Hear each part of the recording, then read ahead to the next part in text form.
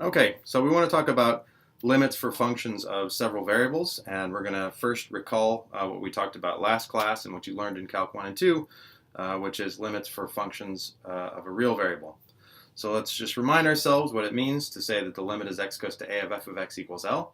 So this means that f of x is supposed to approximate L, and that this approximation should be very good if x is close enough to a.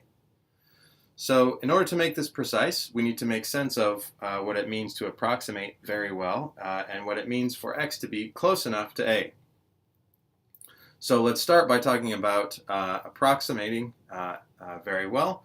So let's look at the error in approximating. So that's the difference between the value of the function and the thing we're trying to approximate, L.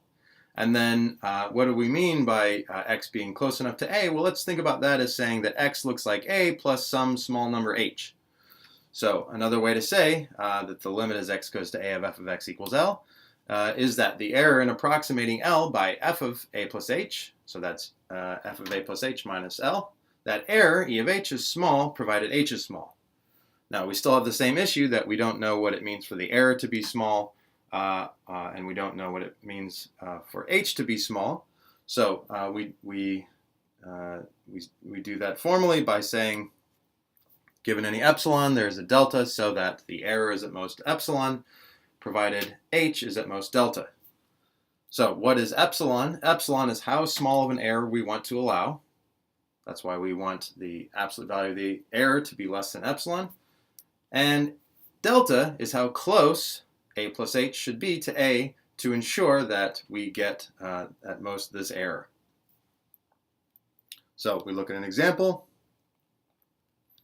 Let's look at the limit as x goes to 1 of x squared. The claim is that that's 1. So let's write down the error.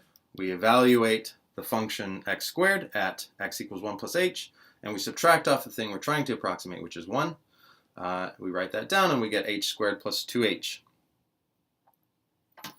So the formal definition says, given epsilon greater than 0, we need a delta greater than 0, so that the error is no more than epsilon, so long as h is less than delta in absolute value. So, given an epsilon, we need this delta. Let me produce a delta, seemingly by magic. And now let's check that this works.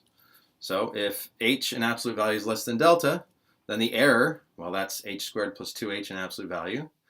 That is no more than the absolute value of h squared plus 2 times the absolute value of h. If I add two numbers and take the absolute value, that's less than or equal to the sum of the absolute values.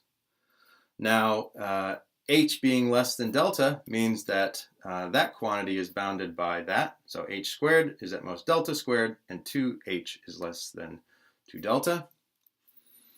Now, because this is why I chose delta to be less than or equal to 1, so delta squared is less than or equal to delta, which means we get delta plus 2 delta.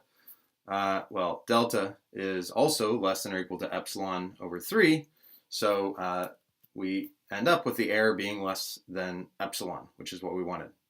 Now, how did we find this delta? Well, we worked backwards.